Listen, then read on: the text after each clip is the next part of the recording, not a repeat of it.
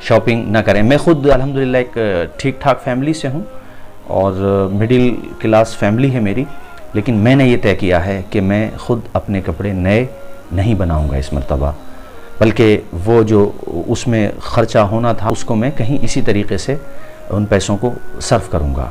الحمدللہ میری بستی کے لوگ بھی جو ہمارے بڑے بوڑھے ہیں, جو ہمارے نوجوان ہیں, ان میں بھی زیادہ تر کی جو ہم نے فیڈ بیک لی تو ان کا بھی یہی ماننا تھا کہ ہم اس مرتبہ شاپنگ نہیں کریں گے. دوسرا, اس مرتبہ تو آپ کو ویسے بھی شاپنگ نہیں کرنا چاہیے, چونکہ آپ جانتے ہیں کہ ایک بڑا طبقہ ہے جو ہماری ذرا سی چوک کو ایک انٹرنیشنل میٹر بنا دیتا ہے, آپ جانتے ہیں, اور پھر اس کو دیکھ چکے ہیں آپ کہ پیرہن پھاڑ لیں غنچے تو وہ زینت ٹھہرے, ہم گرے باں بھی کریں چاک تو رسوائی ہو.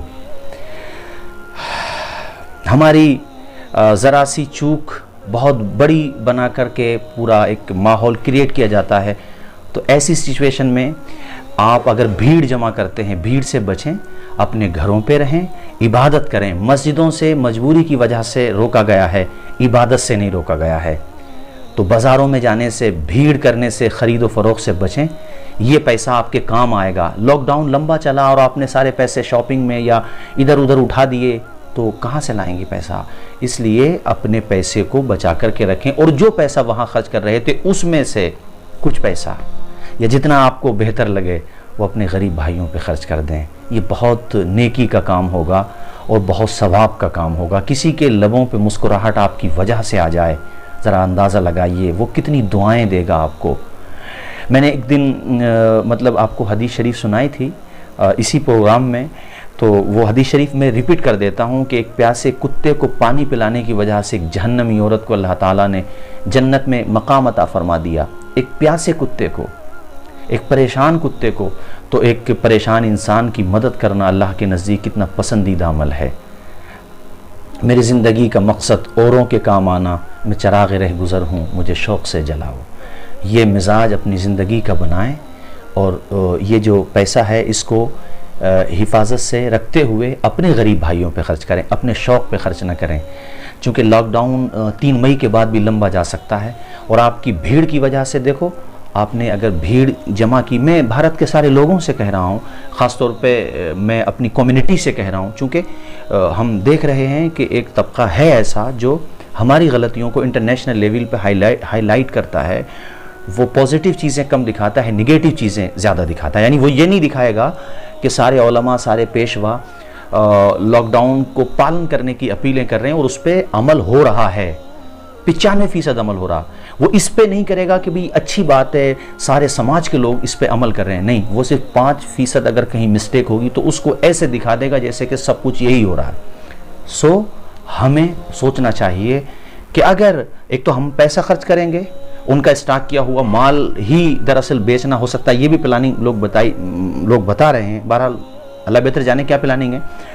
تو پھر دوسرا, آپ نے پیسہ بھی خرچ کیا. تیسرا, وہ پیسہ آپ اپنے غریب بھائیوں کو دے سکتے تھے. چوتھا, اگر یہ بیماری اور پھیلی بڑھی تو آپ ہی کی کمزور گردن کا سہارا لیا جائے گا. یہ نہیں بتایا جائے گا کہ وقت پہ انترراشٹریہ جو فلائٹس تھیں ان کو نہیں روکا گیا, اس وجہ سے بھی مہاماری زیادہ پھیلی. ادر کنٹریز سے ہی یہ کرونا وائرس ہماری کنٹری میں انٹر ہوا, یہ نہیں بتایا جائے گا.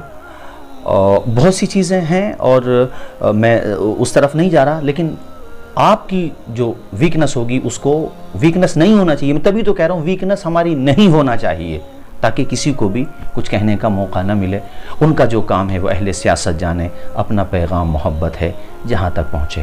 تو ان پیسوں کی سے آپ جو ہے دوسروں کی مدد کریں, یہ بہت ضروری ہے. یہ پیغام آپ خود بھی سنیں اور اگر بہتر سمجھیں تو دوسروں تک پہنچا دیں. ہو سکتا ہے کسی بھائی کا دل پگھل جائے اور وہ 5-10 ہزار کی جو شاپنگ کرنے والا تھا اس پیسوں سے وہ کسی کمزور, کسی مستحق بھائی کی اور کسی غریب بھائی کی مدد کر دے. اچھا, مدد کرنے میں اگر آپ کو بہتر لگے تو ایک طریقہ یہ اپنایا جا سکتا ہے کہ اگر آپ کسی دیہی بستی میں رہتے ہیں, کسی دیہات میں آپ رہتے ہیں, تو وہاں کے ذمہ داران 10-15 لوگوں کی ایک مطلب کمیٹی ٹائپ سے بنا لیں اور آپس میں مشاورت کے بعد کہ بھئی 5,000 میرے 5 میرے، اس طریقے سے آپ کے 25,000 ہو گئے، تو کھانے کے پیکٹ بنا لیں، 25,000 میں اچھے خاصے پیکٹ بن جائیں گے۔ آپس میں مشورے کے بعد کہ کون کون ایسا ہے جس کے لیے راشن کی ضرورت ہے، طے ہو جائے گا کہ وہ ہے، آپس میں معاہدہ کریں کہ ہم اس کا نام اوپن نہیں کریں گے، اور خاموشی سے رات کے کسی حصے میں اس کے گھر کے دروازے پہ یا کسی بھی طریقے سے جیسے بھی آپ کو مناسب لگے وہ راشن وہاں پہنچا دیں۔ 25,000 میں کتنے گھروں کے چولہے جل گئے آپ کو پتہ ہے، کتنے لبوں پہ مسکراہٹ آ گئی۔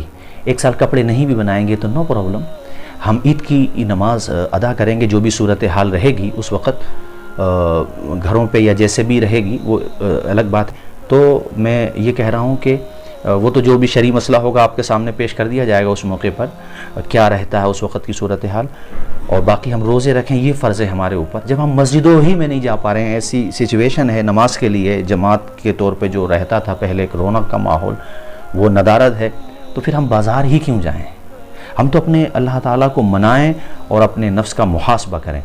تو میں عرض کر رہا تھا کہ آپ دیہات میں رہتے ہیں، تب اس صورت میں، یا شہر میں بھی رہتے ہیں تو ہر محلے میں اپنے 5-10 لوگوں کی ایک کمیٹی بنا لیں، اور پھر مشاورت کے بعد 20,000 ہو گئے، 30 ہو گئے، 40,000 ہو گئے، اس طریقے سے شاپنگ کے پیسے بچ رہے ہیں اتنے، تو اور پھر مشاورت کے بعد اگر آپ کام کریں گے تو اچھا رہے گا۔ باقی انفرادی طور پہ بھی اگر آپ کرنا چاہتے ہیں تو کیجئے، چونکہ ہر کسی کے رشتہ داروں میں، احباب میں، ملنے جلنے والوں میں ایسے لوگ ضرور ہوں گے جو دلی طور پر آپ کی طرف امید کی نظریں لگائے ہوئے ہوں گے، تو ہمیں ان کو کیئر کرنا ہے، کیا پتہ آنے والا وقت ہمارے لیے کیسا ہے۔ اور پھر ہم جس نبی کا کلمہ پڑھتے ہیں ان کی تعلیمات آپ دیکھیں، خدمت خلق کے حوالے سے ایک روشن باب ہے، ایسا کہ غیر مسلم بھی پڑھیں تو وہ عش کر اٹھیں، اور وہ بھی یہ کہنے لگیں کہ واقعی اس پوری کائنات میں سب سے زیادہ رحم دل، سب سے زیادہ دیالو، اور سب سے زیادہ فیاض، سب سے زیادہ سخاوت کرنے والے، اور سب سے زیادہ کمزوروں کو سینے سے لگانے والے، یتیموں کا سہارا بننے والے اگر کوئی ہیں تو وہ آمنہ کے لال، حسنین کریمین کے نانا جان حضرت محمد مصطفیٰ صلی اللہ تعالی علیہ وآلہ وسلم ہیں۔ اسی کو ہمارے اعلیٰ حضرت نے کہا، سب سے اعلیٰ وہ اعلیٰ ہمارا نبی، سب سے بالا وہ اعلیٰ ہمارا نبی، خلق سے اولیاء، اولیاء سے رسول، اور رسولوں سے اعلیٰ۔